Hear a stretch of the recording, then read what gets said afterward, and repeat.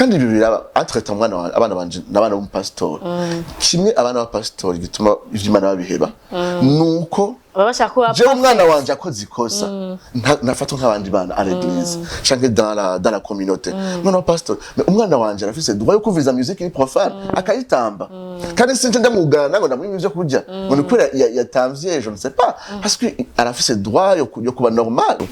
La deuxième chose yozi amusore kuri kubwira ibibazo vy'abantu biraturemera biraturemera kandi bituremereye inkurikizi ziba nyinshi uje kubwira yuko umugabo wiwe amumaltraita atitangwa kugutegeza wewe akakwidealiza comme son mari idéal uravyumva kubera we aje kubwira yuko afite ikibazo mu rugo hano mwakiranye beaucoup de gentillesse uramutahura kandi umugabo we atamutahura et ça crée un lien émotionnel entre vous.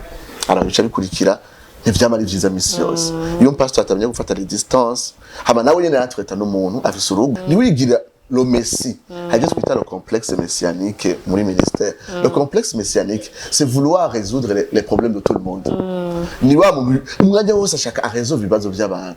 Alors déjà là uri umuntu ufise vyiwawe déjà egos ico kiratugora tunokubwira mu igipastori aho kigore ni uri identifier nabo bantu uramenya ibintu vyinshi ku buryo jewe sinokubesha kandi n'Imana irabizi niko ndabesha sinarura kangahe ndira narijwe n'ivyo wanje umuntu akiri ko aravuga gusa gatangura kuba mu buzima bwiwe nukuri yozi les gens ont des problèmes les gens ont vraiment des problèmes yarafise uguru mashini gw'uru desktop n'amabafu hanyuma nkamubwira je ndi pasteur wozu urashira muri YouTube turimbo twa Hillsong ubure mu ibintu kurashiramo gusaba pastor ndavyumvise yahengera azise kumita gashiramwo siren vibes mumviriza urategura ijambo ry'Imana nganga nkamubwira bashaka kubasaba murashobora guhindura bankuremwe kubera iki bankura song aho baho ni ruguru hanyuma ndabahemiriwe na mwaramutse ndabayambiriye cyane bakunzi bacu bakunza Siren Vibes abantu bose dukurikirana bari mu mihingo y'isi itandukanye abari ngaha mu Burundi abari hano Bujumbura bari mu ntara hagati abari muri East Africa Rwanda Tanzania Uganda Kenya muri Sudan sinzi ko bariyo niba bariyo namwe yambu cyane ndaba no muri Congo ubona ko basigaye muri yes nabyo n'abari hanze za Burayi Australia USA muri Asia mwese muhaye Imana bare namwe muvuge amen mu commentaire. Jewe nitwa Ozira Kode kubatanzi cyangwa barabyishana bwa mbere niko nitwa iyi nayo nice nitwa Siren Vibes nko mubibona aho nyene hasi mubona weje kubona ngaho ucutera ubwira na subscribe n'umbeje kuharaba. Dukore hano mu Burundi Bujumbura exactement tuhaba duharugashije kwa biganiro vyiza bibayagi bibamarungu bibateramisha bibigisha aussi bibatwenza aussi parce que la vie est courte donc il faut kugira ngo muzagushije kubasike baho kuvuga ati narabaye ubuzima bwanje.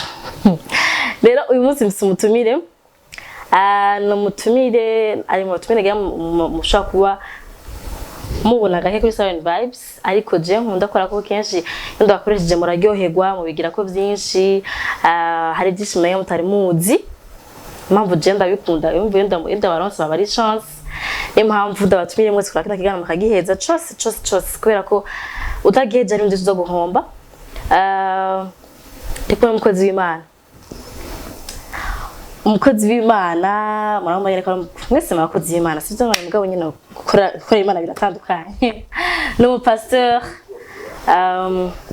reka namwakire muri Siren Vibes turi kumwe hano muri studio hama muramenye byinshi kuri yo gusa nimuze kuja kure c'est très intense émission très intéressante. I'm sorry. Muzo kigira byinshi mwigane na jewe mwagira mushimishe kwigana na jewe sivyo none pasteur kari muri Siren Vibes. Merci beaucoup Ozi. Merci. Cyane vuba. Navuze kuri umukozi w'Imana. Umukozi w'Imana navuze deja kuri pasteur. Ariko yitwa apôtre. Jewe bon je ndamuzi kuva kera nari nzi ko apôtre ari ko ari mu apôtre nkiyumvira no kweka mu apotre akiri umusore parce que nakumenye ukiri umusore bikancanga namenye no musi ko apotre ari ryo zina ryo rya vrai. Yeah. Wakuze yitwa apotre. Yeah, actually hari amazina abana abavyeyi bakurita nyine agutera ikibazo akazagira sanse mu nyuma. Afite urabona abana bose baragira ubuguruguru. Naraje mu ishure hanyuma nagorana gatonya. Ngo ntuzi kuri apotre. Nta soni ngo Yo. rero nitwa Nikiza Jean Apôtre. Donc apôtre c'est un prénom. Ego ndum pasteur mugabo si ndum apôtre. Nta mashengero igihumbi ndatanguze donc je suis juste umukozi w'Imana asanzwe. Ego. Kuba warakuze yitwa apotre. Nivyatumye ukizwa cyane canke ni hamwe yavuga izina w'umwana riramukurikirana ndazi. Well, nibaza ko je nkivuka icyo gihe abavyeyi banje harabayo une petite discussion. Mama wanje yakunda umuririmbyi yitwa Nikiza David. Naravyanditse kuri blog mfise yitwa Sabanière, narakoze un article kuri David Nikiza. Hanyuma mama atarakizwa yarakunda indirimbo za Nikiza David. Hanyuma bamwe barabizi yuko David Nikiza yavuye akizwa. Yanapfuye yarabaye undi muntu mushasha. Rero mama iyo histoire yaramwinspire cyane. Ashaka nitwe Nikiza David. Hanyuma papa arambwira ati no quand même ça c'est ni kuba umufana karenze urugero vraiment. Reka turondere notre prénom. Hanyuma ico gihe umva je ndakuze on est en 83. On est en 83. Nta bantu bita ba apôtre bari baharaza kuno munsi. Tout le monde est apôtre. Zone mwana wa 20 ans, zone mwana wa 21 ans. Apôtre prophète. Ntaba yambaye nguko wanje vraiment. N'abantu nyene bazi nyene bitahuye. So ico gihe nta bantu benshi bari bwa apôtre. And then papa charaza pom pom. Ati yitwe Jean Apôtre. Mama was like Jean Apôtre. Kumenga n'ururemere ati hari impamvu. Umuntu wa Yohana. Hari impamvu. Papa ni yaciye atora Jean Apôtre. Ego cyari ikintu kiremereye. Ego mugabo ari kintu Imana yari muganirije ko kubera nyene muri uwo mwanya nyene juste muri yo nkiri mu bébé. Alors ils étaient dans une église ari korani kinini gose. Hanyuma habaye ikintu vraiment ni rojo cyankurikiranye gusumba izina. Ico gihe bari kubarabona ivyo bikorera abantu batanga amafaranga twubake urusengero tugire gutya. Hanyuma mama niho yarari, dad niho yarari. Hama ntibari bicaranye. Papa yarandeze ndum bébé. Hama azabona papa giye imbere. Ubundi papa n'umuntu avuga amajambo make gose. Azabona twaye mu bébé imbere, mama ari ku ruhande ati umwana mutwaye agiye kuguta imbere acavuga ati jewe kandi suko yarabuze amahera. Urabona papa gushika n'ubu papa il a fait 73 ans. Aracakoresha machine Excel, arakora dans une entreprise. Donc nta mafaranga yarabuze atanga. Mugabo ico gihe Imana imubwira ati nta kindi kintu ndagusabye mpereza uwo mwana. Wow. Acagenda imbere aca umvugo tuba ni sawa muta. Bon yarwa mutana kuko yarakiri jeune. Ati uwo mwana ni sawa ni utanze ati je n'ukuri n'uyu ntanze. And then umvugo tumbwira ati uratahura ikintu ukoze. Uratahura yuko utakaje amadroit kuri uyo mwana. Uratahuye yuko Imana izomutwara ayishaka, izomukoresha ivyishaka. Abandi bavye bararondera karasiyo ku bana. Ico gihe ntuzomenya ivyagezemwo. Ati urumva yuko umutanzi kandi umuhevye. Papa tice nuko nyine Imana yabinganije kandi ndamutanze. Wow. Hanyuma bari barabivuganye na mama, and then mama aratangara aragira iki. Hanyuma kiwezi ma histoire barayimishije. Hanyuma en 2005 j'avais 22 ans. Numva ko bari mpamagariye kuyikorera. Ndababwira ko nshaka kuja ku ishuri rya theologie, niga ivy'Imana mu buryo bwimbitse ntekanye ku ishuri niki. And then baratangara kuko byabibukije wakoze nyoro irimo raconter l'histoire. Kuko jewe muhira sinon ngo j'étais le plus intelligent mu bana. Na mu bambere na ncubwenge. Urumva niza ahantu heza. Bo umenga kazoza ni jewe kwa. hanyuma nyine bumva tout d'un coup ushaka gukora ivy'Imana then bashatse ko réagissa niho bibuka ati uyu mwana akiri gwacu then fashe barambwira l'histoire c'était vraiment touchant no bakwa ariyo nkuru yankurikiranye gose cyane.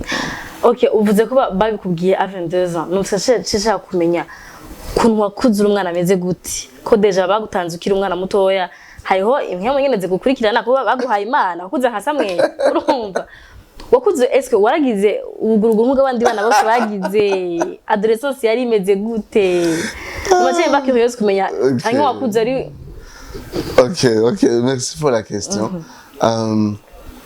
Novuga nti nagize une croissance, il est à la fois normale, il est à la fois particulière. D'abord particulière, d'ailleurs une normalité, il y a des bana boss.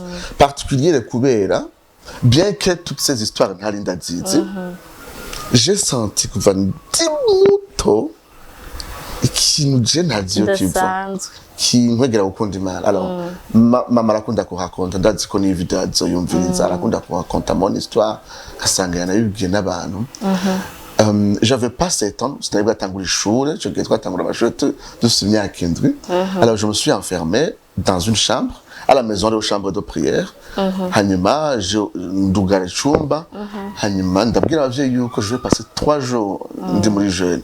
Mais j'avais à peine 5 ans. Bavuga ati navyo uzoshobora baragira iki barambuza ndavuga ntibikunda. Alors je me suis enfermé hanyuma obviously nous choix kusoja 3 jours c'est 6 ans 5 ans. Hanyuma mama aranyinginga then ndibuka ahantu twaba c'était longtemps avant la crise. Umuryango wari ufite ukuntu wamenetse hasi agacifata isahani rimwe ivyo kurya agacaterera munsi ayimana yitegereza urabona uri umwana ukitegereza iyo sahani ukavuga ati umva ugira jeune prière narumva ikintu kimpamagara kurondera Imana. Hanyuma ngiye mu ishure ikintu ca mbere cambabaza c'est être dans une église bakavuga ibintu vy'Imana ntashobora kuvyisomera. D'abord muri Sunday school namara nkora ama prios narakunda urumva ama prios urabona umugero wanje sinzokera nzageza mu cyaje cy'ubwatsi butataye ndondogera urumva j'aimais commémoriser les écritures. Hanyuma mugabo sinashobora kuzisomera hagera umuja mu ishuri mugatangura kwiga genre imerekeranye baratsinze sinzi ko ari imerekeranye yakugora gusumba izindi jewe ibintu vyamfye fwangagura nana hari imerekeranye bavuga ati ayijambo aha namwigisha uretse natanze vyakorera mu mazi ya kabiri arabizi nayo bise ko ari kuye mu gitabo tu. So icyo gihe nyene quand j'ai appris à lire ikintu ca mbere nakoze kandi sinababesha j'ai lu la Bible kandi ndi muto ni kuvuga je devrais avant va muvuga ati izi njana ndazikumbuye et j'ai vraiment lu la Bible n'igitabo wumva ukunze. Alors ce qui m'a touché j'ai lu la Genèse Exode hanyuma ikintu cangora ko kwari kumva abantu bari muri Bible mais qui avaient une relation privilégiée avec Dieu. Kavuga none jewe sindi umuntu nkabo être suprême imeze gutyo ari ibintu byose mugabe ushobora kugira une relation avec une personne un humain. None je n'abandi umuntu kubera iki nashobora ce genre de relation et j'ai nangogira inyota yo kumva ko man ungira ubuntu nanje nkagira la même expérience. Ivyo vyari ibihe novuga nti bya mbere vyanje by'intunze. Ikindi kintu camfasonye c'était muhira hari abantu baraza gusengerwa vraiment. Alors je sino gusigurira abantu baza muhira ameze nk'abasazi bafise des démons donc bari hors d'eux-mêmes batafise ubwenge hanyuma bagasengerwa à la maison. Basengerwa nande n'abavyeyi ba mama abavyeyi banje papa maman. Il y avait aussi abantu basengana. Alors ils priaient pour ces personnes très misérables. Alors bien sûr umuntu ariko arasengerwa yaca mari misi abamuhira twabuje kumuheza icanywa turabana bato bakavuga ati ni mu mushire kino kintu ni mu mushavuze ntameze neza. Après une semaine agaca mari indi misi ari wadutekera ari watugaburira yarakize. Moi je me suis dit habaye iki ikintu ibintu vy'Imana ntabwo akora ko ari ibintu bifadika. Ni Imana y'ubushobozi ni Imana ushogerana imigenderanire nayo ni imana naho utayifatisha intoke ni imana iri palpable mu mutima no mu bikorwa vyayo ntangura kumva yuko ikintu ca religion cyo kuba mu vy'Imana bimeze nk'idini ni ibintu jewe ntabayemo nimvye ko ariyo privilege nagize ikindi mama akunda kunyibutsa nuko iyo nkoze icaha nkamubesha j'étais vraiment jeune narabura amahoro pango arankubita alors un jour aussi twaragiye muri proclamation mais comme tout le monde bari biteze ko je mba mu bambere sinzofa nibagiye umunsi barahamagaye ndavuga ni Jesus aganje barisimvye nza numva mbaye nza kuvuga ndavuga je sinza kubivuga muhira vraiment ndagenda mama ndamubwira ni wabayo kangana ngani naheranye igitabo ni mare oya namubwira ni uco gihe ni mare majete la 7e none bulletin nayo bampaye oh là là narabuze amahoro juste pour ce moment je pas ngo nzobimenya ngo nzogira iki and then après une semaine ndamusanga mama ndambwira nti nashaka vraiment babarira nakoze icaha j'ai menti qu'est-ce qui s'est passé? Me raconter toute l'histoire. Maman était vraiment très touchée, tellement touchée que sinaza ko hari undi mwana yavyaye yaza kumwavua ko yamubeshe amwe ki yabona inkoni ngaragucyane. So j'ai grandi vraiment à l'âge de 14 ans nimvira ko ico gihe maze gukura ntanyogira ubwenge maze kumenya ibitari bike mu ijambo ry'Imana novuga nti niho niyeguriye Imana mu buryo buri plus conscient quoi ngari mvyo ko nshobora kuba nakijwe un peu avant narahuye n'Imana un peu avant mais j'étais un enfant normal ndashaka kubwira un enfant très normal j'aimais jouer au basket twabajya mu Cibitoke twebwe inzu yacu yari ifatanye na terrain ya basket aho nakuriye kuri warangurikiranye donc urazi nawe nakuriye kuri niho hari terrain ya basket mu Cibitoke ajya nyine c'était juste terrain vyararaba narojujwe hanyuma isope que tempérament yanje alors ukuze uramenya tempérament yawe je suis colérique alors umukolérique si umuntu ashavura gusa n'ingoga ni n'umuntu akora ibintu n'inguvu nyinshi avec beaucoup d'énergie avec des objectifs wifuza gushikako mais il y a aussi le côté nervosité alors je peux vous dire que vyashika nkagwana kandi sérieusement sérieusement hano n'abana bacambye ati we nuri pastor narabaye frustré vraiment kubera abantu bankikuje baranyima le droit d'être normal. Alors abandi bose baragwana uri kurakina 20 bagushavuza wacifata ukayikubita enku ukayitorera twakirira kuri 6 bagatorera umupira kujya gatatu kina pas fait ça mugabo genda bikoze c'était grave quand même datangwa bati abantu bafite amatante manini kuri jewe ntivyakuruhisha je crois un certain moment byaranduhisha birashika abantu bakanabivanga no gukizwa kwera amatante bafise ko donc ni vyiza ko umuntu kandi bibira entreta mwana abana banje nabana b'umupastor kimwe abana b'abapastor gituma ivy'Imana babiheba nuko babasha kuba je umwana wanje akoze ikosa nafatwa nk'abandi bana à l'église change dans la communauté non pastor mais umwana wanje arafise droit yo kumviriza musique ni profane akayitamba kandi sinje ndamugana ngo ndamwimye ivyo kurya ngo ni kwera yatamvye je ne sais pas parce que arafise droit yo kuba normal donc ico gihe rero c'était pas facile mugabo ça m'a aidé bon nari nerveux icya kabiri ninjiye muri secondaire nkabona udukobwa twiza vuri kurinjira muri adolescence nyene c'était nyene urumva nk'abandi bose vraiment harawata umutwe hagira iki kuvuga mana vraiment n'ukuri apart de kete vraiment du flirt tumwe icyo gavuga ati mana vraiment ivyo gukizwa none gamana none kumenga biranyugaranye ko kumenga biranyugaranye kurumva ubundi mwana ari normal agira ibinye alors ubikoze rimwe ugafinata ugasomana ukagira iki ukumvura buza amahoro mais parfois kwera n'umubiri uri kurahinduka niki naho nyine hari amakosa umuntu akora sinovuga ngo ategerezwa kuyakora mugabo ayakoze nimvira ko abantu niba ari ibintu bitanga biri normal umubiri uri kurahinduka ces gènes ama hormone yiwe tout ça hanyuma nta kosa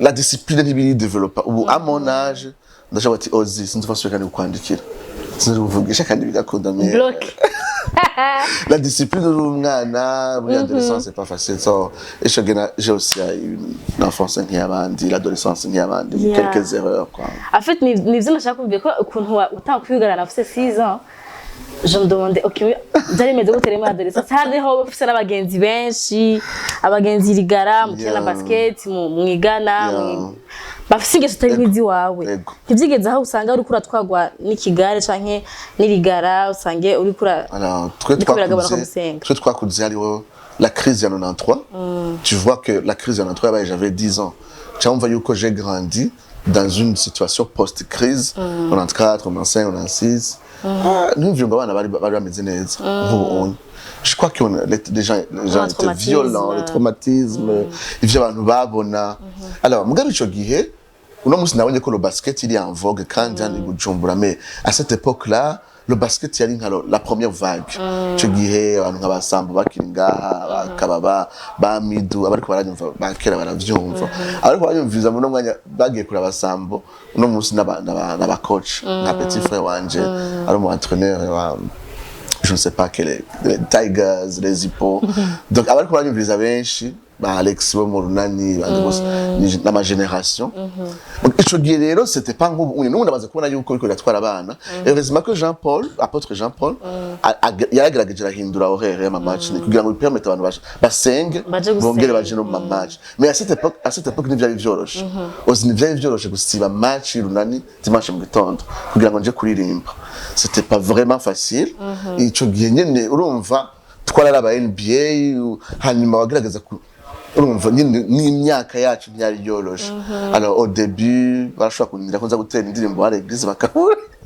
ibaze ko mugire muri basket go ngaje kina basket mugabo un jour j'ai pris une décision j'ai dit écoutez ibintu tant que biba dans le week-end si bibi le sport si bibi mais tant que vient interférent na mes engagements kumana mes engagements à l'église alors je dois faire un choix j'ai même écrit un article kuri sa bannière yumu kinyaherwa gusezera Rodrigue avant muri basket avuga ati pour l'amour de Dieu ndahagaritse sport kubera y'interférent n'amangagement yanje kumana mais abantu bakijijwe nkabo niko ndavuga Alex bari mu runani ndabize batandukanye capitaine wa young sisters nimba ariko aranyumviriza Gracia Marlène donc nukurikirana chenille et tu bivuga ko cyane il faut trouver quelque chose alors ndazi ko abantu bakijijwe kiese tant bien que mal kugerageza kuba abantu bakijwe kandi même bari engagé mu sport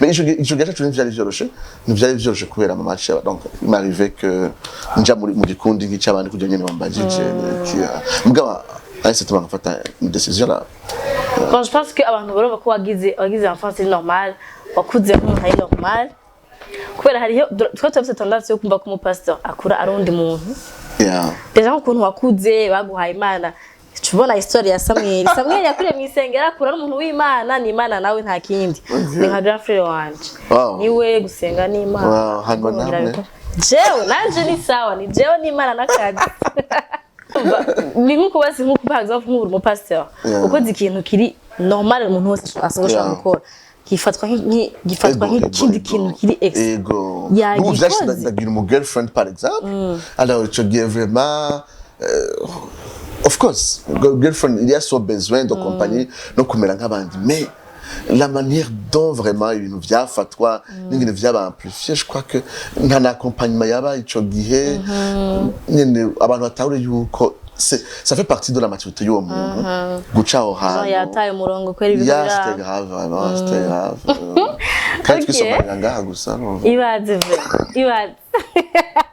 aka mahano abantu bakuru baraniyaje kugira rero ubu pasteur byaje gute après parce que jena inzi ko mu apôtre bakina traite nagiye kumva après ko ufise église ndavuga OK donc apôtre afise église donc ni apôtre nyene muri église wumva uri pasteur ego kuba pasteur byatangiye gute yatangiye uri mu evangeliste nk'abandi bose canke watangiye muri église yiwawe ou bien non alors le pastorat ni nta muntu ava kuba un simple membre de l'église acha un pasteur alors ouais pasteur il est marié déjà ego nabaye pasteur ndi marié avant narakora le pastorat mugabo apana ya pastorat wahenzagiwe bagusengeye narabikora nk'umupastori mugabo atarasengerwa alors kwinjira mu bikorwa vy'Imana je crois que c'est un témoignage, c'est un long témoignage. Mugabo ndayigize ngufi. Uko nagenda nkura narumva yuko d'abord nari mfise beaucoup de passion, ibintu numva no kwiga kandi byinshi. Mugabo uko nagenda nkura nkumva ko hariho un honneur naho gukorera Imana abantu benshi bumvira nyene ni ibintu nyene ndira mugabo cyo gihe narumva yuko c'est un grand honneur. Iyo yose ndavyize no bishobora mugabo numva m'engager, j'aimerais vraiment m'engager no kuyegurira Imana. Mais en 2005 novuga yuko n'Imana yavuganye nati ico gihe hariho igikorano c'umuntu witwa Peter Youngren iro mu evangeliste avuye hanze. Ico gihe comme d'habitude iyo baje gukoresha ibikorane hariho umwanya baja kuri stade, hari umwanya bagisha amaseminaire abakozi b'Imana. Hanyuma ico gihe déjà nari muto, j'ai 22 ans. Alors sinari kuja muri conférence y'aba Pasteurs. Mugabo mama arambwira lo bishop bakorana ico gihe ati uramuri ku muhungu wanje aze muri iyo conférence n'ukuri vraiment niki arabinsabira niki ndagenda ico gihe Albert yavuye aba je crois ntari bwa ico gihe chef wa protocole wa président ex-président ico gihe on était là aravuga ati n'ukuri arabwira rya bishop ati ni aya conférence muri salle mu mukigoreka une jeunesse uko nibo bafise l'énergie yo kurera Imana. Ico gende ko twacokozanje nyene ati ega nitwebwe nyene Imana iri kwirahamagara. Ico gihe yabinjiye mu mabanga ya politique hanyuma ico gihe je suis allé. Alors ce qui s'est passé ico gihe sinzofunda vyibagiye. Ico gihe il était en train de prier asengera le réveil pour le Burundi, asengera Imana yo visite le pays. Ambassadeur. Non, ambassadeur. Albert, d'abord, c'est Albert ambassadeur, Albert chef protocole. Il y a chef protocole wa président Nkurunziza. Je gagné yari umuntu muto yari mu jeune. Ya ndamutse. Hanyuma ico gihe nyene uwo mu evangeliste avuye hanze aje gugisha croisade yitwa Peter Youngren. Aca yumva avuga ati je n'ukuri naho mwaje muri benshi. Je ndumva Imana indongore gusengera abantu ngaha badafite 30 ans. Niyo numva Imana indongore gusengera. Uronkeye. Ati ndasebe muzi ati abandi bapastori b'ingano kuri je nacu Imana yabambwiye ko sinzopfa ndavyibegi. And then cha turavance imbere. C'était des grands moments, on était remplis du Saint-Esprit, on j'avais bibi bidasanzwe. Alors ico gihe mama yari yicaye mu kibanza et moi j'étais là-bas. Alors je peux te dire aussi twarasenze umwanya muremure et ibintu yarose we yicaye hajya imbere nanje ndyamye kuri podium bari kwadusengera. C'était la même chose. Wow. Et quand on est rentré, quand on a échangé de trois bonnes, c'était la même chose. Wow. C'était que Imani Mamagaye pour son ministère. Alors, ce guillet, c'était pas facile. Il fallait commencer où? Je me souviens que fin 2005, début 2006, nazunguka ku marigara yose mu Nyakabiga mu Ngagara mvuga ubutumwa hose hashoboka. Naratanguje donc orchestre ya musique cyo gitwa Glory Sound. Alors cyo gitwa kora musique hanyuma ngacagisha ibikorane nkavuga ubutumwa. C'est en 2006 hanyuma en 2007 kinagenda kwigishure mu Buganda imyaka 2 mu nyuma ndagira indi myaka 4 mu nyuma uko niga vya theologie niko nuwo muhamagaro wagenda urakura ukumva nyene yuko hari ibintu ushaka kwiga ego ushaka kumenya davantage. Hanyuma ico gihe en 2011 umuntu arapropose ko utanguza ishengero arasaba ko twotangurana ishengero ndenje twatanguza ishengero ugitwa Pilgrim's Chapel mu Kanyosha. Hanyuma ndahakorera umwanya muto mu nyuma ndamarige niko ndafasha ishengero rya Gereza ndeza mu Gitega and then mu nyuma ndatanguza novuga n'ishengero ryanje. Umugana shengero ry'umuntu ribaho shengero ry'Imana uri umwungere ego ndabo umwungere novuga ni au vrai sens du terme. Je crois que c'est en 2018 ni ovuga ko nasengewe donc plus officiellement pastori hari abantu hari abakozi Imana batandukanye nuko nyene nagiye ninjira mu gikorwa c'Imana. Okay, shaka utubwire rero nubashaka kumenya ubuzima bw'umupastor bumeze gute. La vie d'un pasteur. Uri umuntu Imana yagushize abantu 100, 200, 50, 1000 vuga ati ndabaguha niho uzobaragira. Bimeze gute nk'umwana w'umuntu kuba ufise amasharge y'abantu barenga 100 canke baduga vuga ati nije Imana yarabampaye. Donc bari sous ma responsabilité. Bimeze gute? ozibajije ikibazo kiri vraiment pertinente hagati aho jewe kubera nari umwana wo mu gisagara non seulement nakora pastor yo mu ishengero ngo ngafasha abajene benshi mu movement atandukanye natanguje mu movement menshi ivyo by'abaririmbyi ivyo byo gusoma bibiliya ibintu bita green pastures ama retraite ama conference so hari abantu mbere pastori mbwa n'abarongoye mu ishengero bakurondera kugira ngo baguhanuze bakurondera kugira ngo bafashe mega sanga basengera mu yandi mashengero so iyi myaka yose n'imbere ko mba pastori nabanye n'abantu kubasengera kuba hafi kubigisha ngene no kubwira ozi nuko umutima w'umuntu nta kintu na kimwe gishobora kuwukiza keza ijambo ry'Imana naho tugerageza turiga ama psychologie tukiga ama technique atandukanye umuntu agerageza gutahura le comportement humain n'ibindi bitandukanye mugabo nasanze la solution c'est la parole de Dieu iyo twirengagije ce que Dieu dit dans la parole de Dieu tukarondera yandi ma solution ça ne marche pas vraiment car il arrive ko abantu baza bagashaka kubabwira ibindi bintu ketse vyanditse mu jambo ry'Imana agashaka umuhanura iyo yateguye ingene yifuza ko umuhanura alors la grande responsabilité du pasteur ni kuba umwizigirwa ku jambo ry'Imana rivuga ni kudatwagwa n'ibintu bishasha bigezweho ivyumviro bishasha abari utuntu tumuvuma twaba utwiyumviro twinshi bwabo la parole de Dieu ndi classique ni kuvuga ko ngerageza gutahura jambo ry'Imana rivuga hanyuma uwo muntu aje kundaba iryo jambo ry'Imana nkajya appliquer dans sa situation. Alors ni une responsabilité ya mbere ikomeye mu pastor et c'est pas vraiment facile. Nasanze aba pastori benshi murambabarira bakunda kwiga ijambo ry'Imana. Yaramaze gufata utuntu dukezo uzarabwira abantu ibisigaye yaca aja muri restaurant nziza agafata cafe nziza amakandika yandika ama email asaba imfashanyo. Mais être pasteur d'abord c'est être un homme de la parole et un homme de prière. Kugira Peter yavuze ati reka abandi bakora ibindi twebwe tuzokwipreoccupa kwigisha ijambo ry'Imana no gusenga. Alors je trouve que beaucoup de pasteurs bari mu bintu byinshi sauf l'essentiel. Vraiment sauf l'essentiel vraiment. Ugasanga usa ya maîtriser voilà nka wewe ndakuravye ngene uri à l'aise. Waramenyere bino bintu sivyo. Ugati nk'ubu jewe sinaryamye sinabona yumvira kino kiganiro mugabe ndisubire wizi ukore bwati mbivyo n'ibiki wasikora nakubaje niyozi tubona nende arumva we ntabwo wale wifitiye c'est comme un réflexe mugabe jewe ubundi ubuzi buragabuye umuntu no gukora akazi barayamuhaye je nkumbira nje kuri kamahage ntazo noshobora hajya anya ibintu byose biratandukanye so un peu de mots birashika umuntu akamenyera le pastorat ku buryo les outils Imana yamuhaye akoresha le pastorat la parole de Dieu et la prière je ne m'attaque les priorités et beaucoup de pasteurs c'est là où on échoue.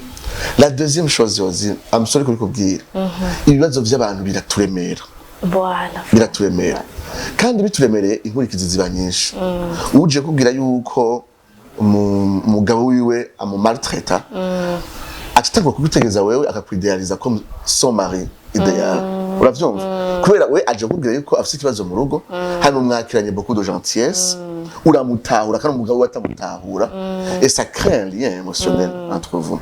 Alors bica bikurikira ntivyamara ivyiza misi yose iyo pastor atamenya gufata les distances hama nawe nyene yatweta n'umuntu afise urugo hari igihe ariko atraverser une période difficile agatabara n'uwo muntu nawe nyene yivume ngo ari ndakubwiye vraiment wewe niwe yagowe mu rugo ni wari umwana mwiza birayi bisanga vraiment vyama vyabaye benshi barabizi ariko baranyumviriza mais ico navuga ça peut arriver à n'importe qui igihe ugambere ndambere utazi kwakira ivyo bintu hari igihe udakwiye kwakira ibintu nawe ubukeneye umwanya wawe ukuba mu muryango ukuja en retraite ukuja kuruhuka no mudamu ukina n'abana niwigira le messie hajya twita le complexe messianique muri ministère. Le complexe messianique c'est vouloir résoudre les problèmes de tout le monde ni wa umwanya wose ashaka résoudre ibibazo by'abantu. Alors déjà là uri umuntu ufite vyiwawe déjà ego ico kiratugora ico nabonye ko ari challenge au début yo gutangura gukorera Imana wumva gushaka kurepondre à tout uko umwanya ugenda uhera ugenda uramenya ingene ibintu bimwe bishobora kurindira ibintu bishobora kuvuga ati ikintu n'ukuri n'uvu muno mwanya Mana sinzi ujya mugiye kumugenza ngabo ndumva ko atari wo mwanya ivyo biraturemera ubwo gatatu no kubwira mu igipastori aho kigore ni uri identifier nabo bantu uramenya ibintu vyinshi ku buryo jewe sinokubesha kandi n'Imana irabizi niko ndabesha sinarura kangahe ndira narijwe n'ivyo wanje umuntu akiri ko aravuga gusa gatangura kuba mu buzima bwiwe nous curieux les gens ont des problèmes les gens ont vraiment des problèmes après la vya bindi alors qu'est-ce que je dis qu'on dafasha umuntu amwe numviriza je ne vais pas prétendre yuko nsanta ta douleur uko nyine kurayisanta kuko ni wewe uri kurabicamo ugaje turabesha ngurumva ngo ndakumva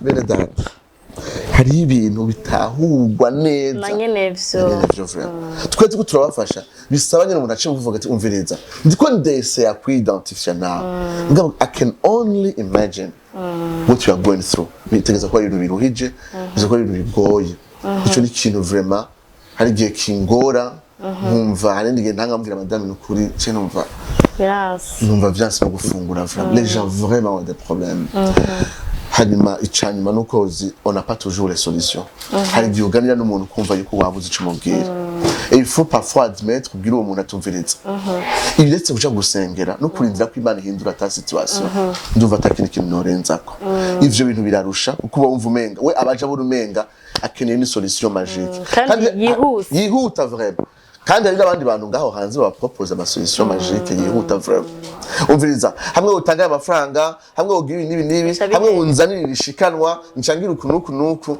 écoutez abantu ariko baranyumviriza ce genre de choses vraiment urushe wumva umenga uri prêt à tout burya ozi yurushe bakubwiye ati va ngaho uje muri ville ugendesha inda urabikora il y a les gens vraiment qui sont fatigués et malheureusement hari abantu bitwa Pasteurs qui prennent l'avantage kuruhabwo abantu bafise pour les exploiter pour les manipuler financièrement ngabo birarusha mais parfois il faut juste être sincère ukabwira uwo muntu ndumva poloma irenze gusengera no kurindira ko Imana ikora si muri kindi kintu nkagufashisha et parfois gutanga iyo nyishu c'est douloureux ego est-ce que ntibishoboka ugasanga ukiyumva kumenga apôtre wewe wiyizi apôtre wa kera yahindutse bivanye no kumva amahistoire y'abandi bantu canke yo kuba ufise abantu benshi bari ku mutwe wawe kumva ko wundi muntu atari apôtre wa wawe nyene wa vrai alors aussi j'abantu banzi ndumuntu ngerageza kugarda kuba jewe nyene ndakunda gushina ndakunda gukina ndakunda gutamba ndakunda kuririmba nteramira ku muruturutu hanyuma nkanyubu muruturutu nkajya brochette ngatera inkuru n'abagenzi urumva twe tuvukana turabana 10 on aime vraiment jouer tura urumva tu abana banje ndabakinisha normal parfois no muri nyina abantu bati nka Pasteurs yogira ibyo alors ndabizi ce que ça signifie abantu benshi baza gusubisa les conséquences mu nyuma bamaze igihe kirekire batababo haheze imyaka agaca ko tomba dans une crise tubwa Pasteurs nyaje mumenya mugabo iyo tumaze imyaka myinshi tutaba twebwe turabiriha vers la fin urapeka une crise harabivamwo harabaje mu manyanga tagira uko angana nukuri harabagira ko tugaje imwe itwengeje urumva kubera ils ont passé tout leur temps à être trop sérieux quoi perfect ego no quoi perfect no gupretenda ko isho batari alors jewe vraiment ndagerageza kuba jewe ndagerageza kuba jewe muhira nk'akarero harigihe bancokoza nk'indirimbo yisi sohotse kenshi ndayimenya the latest news ibaye ku isi kenshi baza kwibaza jewe bya kweli Pasteurs so ndafise umutonyi wanje yitwa Manaka arambwira ati vraiment ça c'est mon pasteur ashaka ngo pasteur with Texas so anyway mugabo muri make ce que je veux dire nuko ndibata pour demeurer kugira ngo mende jewe ari fragile jewe ari vulnérable jewe ari drôle jewe afise ubuzima busanzwe jewe ari imparfait mugabo kandi uwunzi abazi une autre partie de moi-même il est très importante pour jewe novuga ni ikunda Imana ikunda gusaba abandi n'ibindi alors icyo ndakubwira rero nico cyakunda gushika kandi numva umenga wowe bibaza nk'umuntu abizi ego ikindi kitugora ozi muri yo sens ni na matante abantu badufise ko alors je nagwanye intambara nini yuko abantu bitega ku ikintu kindi kintu vraiment hanyuma moi je me dire non bikunda mwambye n'abantu ndongoye mwebwe kubera iyi culture ya mucyo tubita consumerism kuvuga ati ngiye muri restaurant bakajya kintu ngiye muri abantu baza muri église hari ikintu baje kurondera bakomanda shaka Pasteurs amezuko shaka Pasteurs amezuko atera inkuru agiruku angiruku Il y a les gens qui viennent et qui exigent le genre de pasteur que je dois être. Et à ces gens-là, barabadesi. nous kuri barabadesi kandi ntangwane bintera. Si bo badefinisa quel genre de pasteur ndazi des principes bibliques ngerageza kubahiriza bisigaye ndabajewe. Alors niyumvira ko ivyo birakunda gutera ikibazo cyane cyane gose. Aha, tnayizi sisanzwe jage manishije bwa ati nkumva ibo pasteur kweli wewe by the way umuntu akomeye ozi nibuka munsi mwana urazi ko abarundi babiharaje kuza baraja ruguru gupasa des vacances ndabikunda kubera duro byo fata amafaranga menshi ugenda kujya vacances Dubai ngo Zanzibar oya uwo abantu basigaye bibanza byiza ruguru bakagenda n'umuryango we alors uswe en tout cas chaque année abanzi ndagenda au moins 2 fois cyo kuruhuka une semaine 2 semaines haba rari duzana ruguru navuga ko umuntu akomeye hanyuma moi j'étais là dans un hôtel hanyuma nangiye kuruka bien sûr nafata petit déjeuner nkakora utuntu duke hanyuma umu réceptionniste yarafise uguru mashini gw'uru desktop n'amabafu hanyuma nkamubwira ndi mu pasteur wozu urashira muri YouTube turimbo twahira song ubuye mu ibintu kurashiramo gusaba pastor ndavyumvise yarengera azize ku minute gashiramwo siren vibes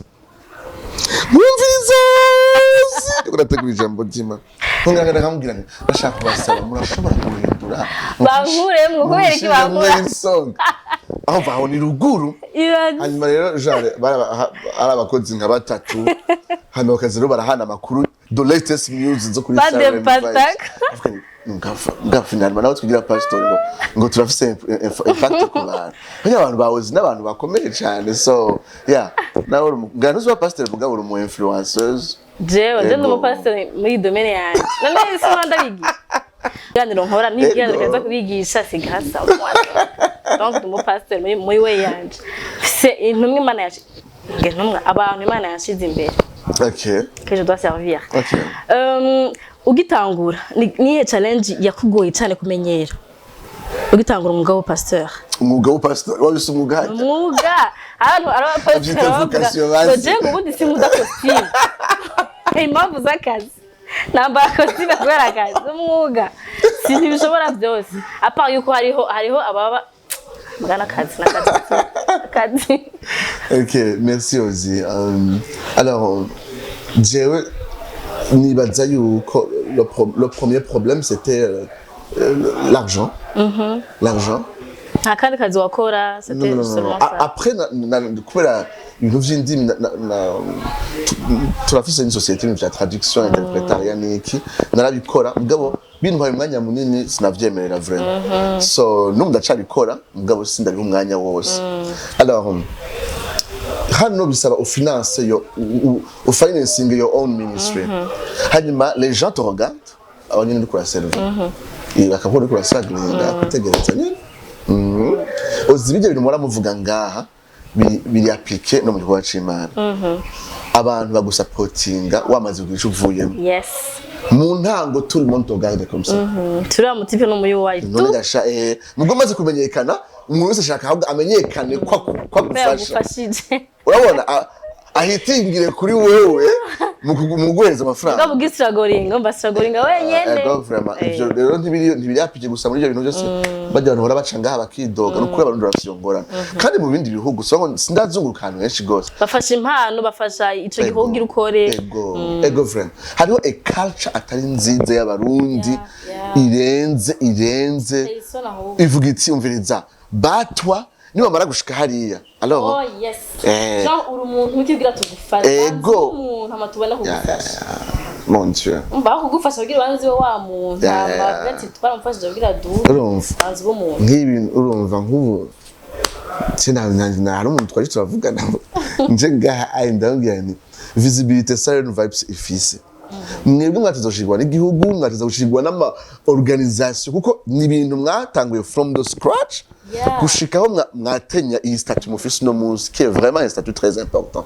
Alors nous mu bikorwa vy'Imana nukuri turashugglinga ku buryo les gens sont là alors ou bien vous faites deux options ou à manipuler grawe yaguhe alors Dieu comède sikomeze n'abantu bambwira apotre wewe uzi gukuramwo abantu bakuremwo amahera écoute je gushanja message Imana yampaye kugira muzana amahera ça c'est pas moi on veut bagashaka hindura message juste kugira ngo hala manipulation je ndashobora gukora umaze ko yarabaye challenge iyindi option nuko amafaranga yarondera hanze amaorganisation hanze alors jewe umuntu yavukiye ahankurira hanga abantu benshi batanguje amaorganisation chrétienne ndababona baronka amafonda babona baragura jipe ndababona barubaka amazu ndababona alors bose sino bacira urubanza hariho vraiment nukuri Imana iraguhuza n'abantu aba partners bagashobora gushikira muri vision office mugabo la plupart des cas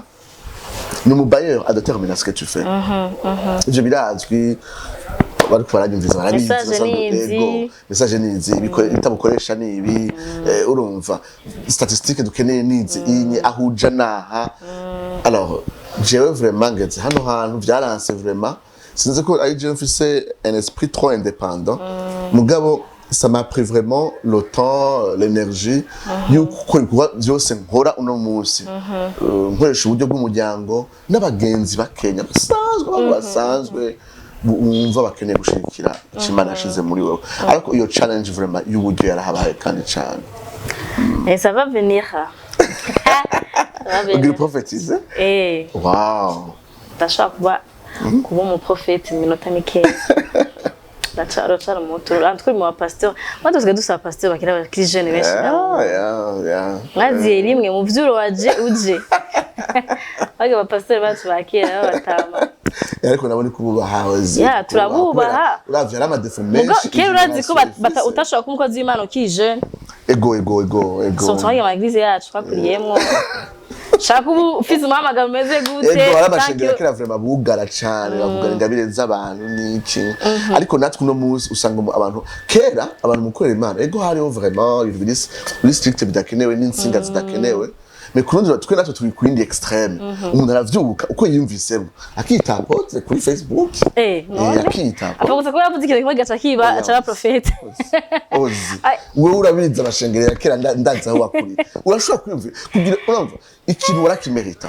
bapamerita ntabwo namerita gukorera Imana mugabo abantu baragushigira kandi haheze igihe kirekire bakwitegereza ukabyita faire ses preuves ukerekana bana nk'umwe ibintu mukora vous avez fait vos preuves muri monde muri il faut que umuntu agira ses preuves kugira ses preuves urese buhoro mugabo uri mu burongozi bw'undi muntu ufise abantu wishurako uri redevable no munsi warije umuntu ati none wewe ko watangiye gukora cy'imana cy'aka 22 kuno munsi mbona umujene ukurigwa n'abantu bangana gutya anye uracari muto niyo mugira mariage n'umudamu wawe je ndaza amadefi yo gukorera Imana ndavye abajene bundi bavuga ngo abantu bakura barinda urazigama abo bana n'ukuri kuko nta muntu umwe bafite bakurikirana nta muntu umwe bahanuza icara yiyumviye nicyavuga nicakora niyo bavuze ngo bana message adahora injambo ry'Imana vraiment kubera kera warasuzumwa n'ivyo ugira uvuge mais aujourd'hui kubera iyi liberté d'expression izanwa na réseaux sociaux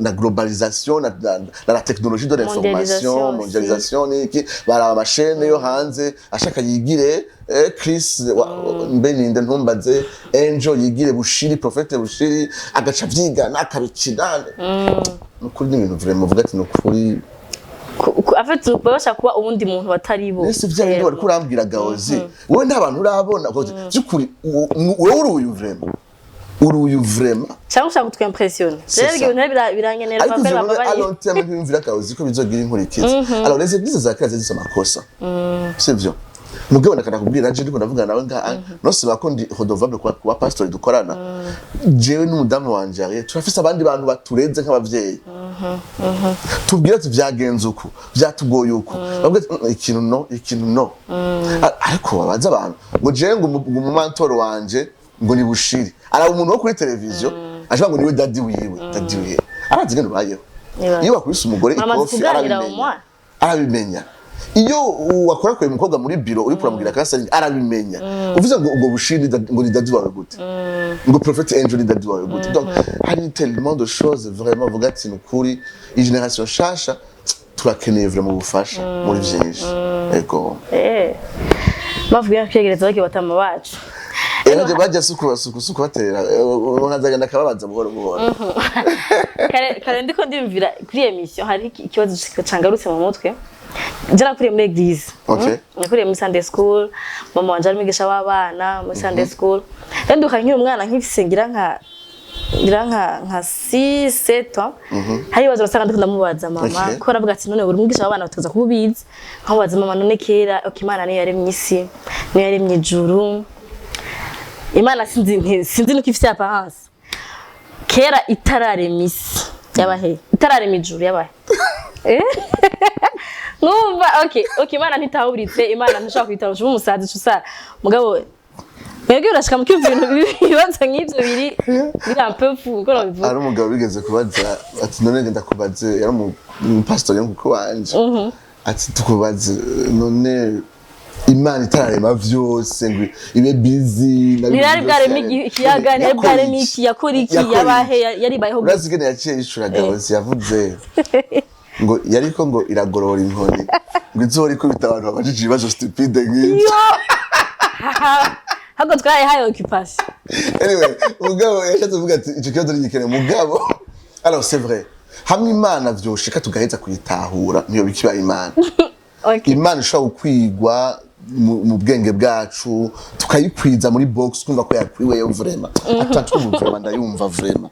Ico gihe izo bihagaritse ku Imana. Hama hari yo côté novuga nti ya mystère. À propos de Dieu. Alors l'infini de Dieu, l'infinitude de Dieu, qui Imana iri infini. Ni kiremwa kirenze. Ko iri l'immensité yayo ko iri idashobora gukwigwa mu kibanza na kimwe.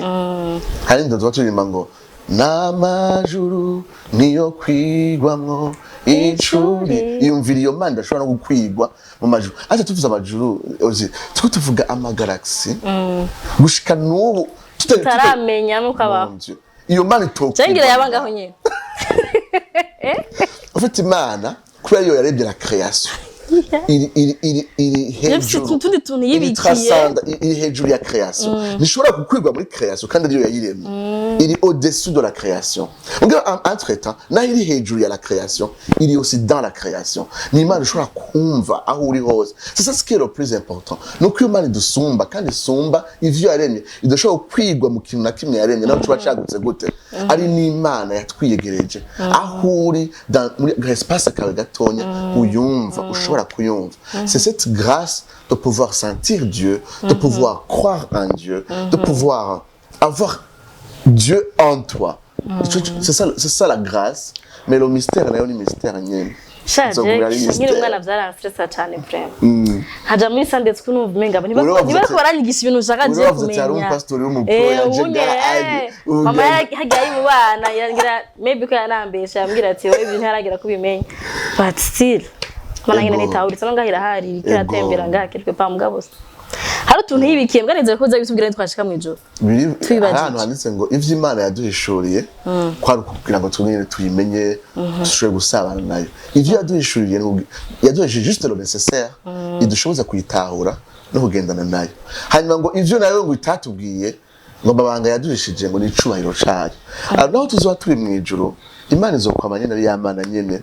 Hariho Paulo yarandikiye Timotheo aravuga ngo ya Mana ngo iba mu muco utegerwa atawigeze kuyimenya atawushobora kuyimenya icoro kibicayo uburiyo bitazoshera. Alors iyo Mana naho tuzoturi mu ijuru c'est vrai urugezo rwacu rwo gutahura ruzoba rwagutse ozi ku buryo uburyo ntege muga ruzoba rwagutse. Je nize kuzobimbwira izo kwishura dosifisi izo kwishura byose kandi wumva uri satisfait kandi utayimenye vyose. Wewe ku rugezo rwawe izo gukombla wumva atakibazo usigaranye muge Imana irarenze ibyo dushobora gutahura kuri yo. Ego. Okay. Dushaka rero gato dusigure kuri christianisme ko nibaza ko ari ikintu uzi cyane.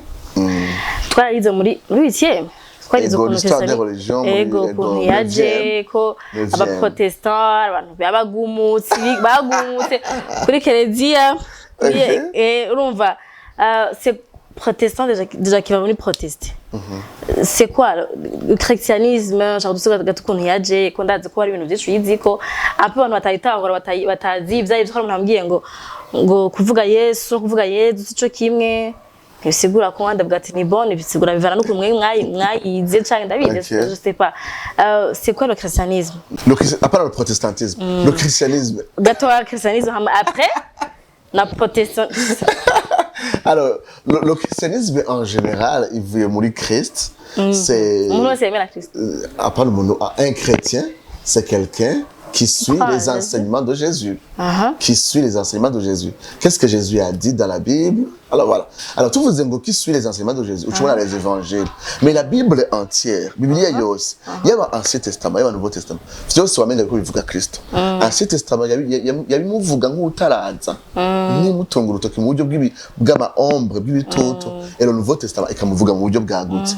Alors, un chrétien, novuga ko muri rusange n'umuntu yizera Kristo kandi akabaho nk'uko inyigisho z'ijambo ry'Imana muri Bibiliya zimuhishura zivuga uko ari nico yakoze muri rusange. Ni bakiye n'abakatolika n'abakretien. Alors abakatolika dusanga icyo twita ukwizera kw'inisi.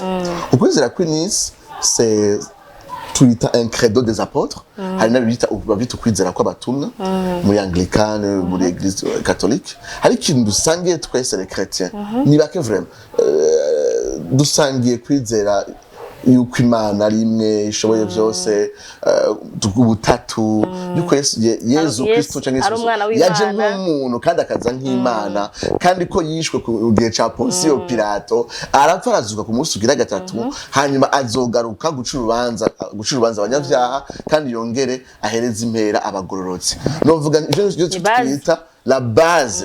Alors il y a un catholique ubuzima bwiwe busa ivyo yizera biri résumé kuri ivyo bintu.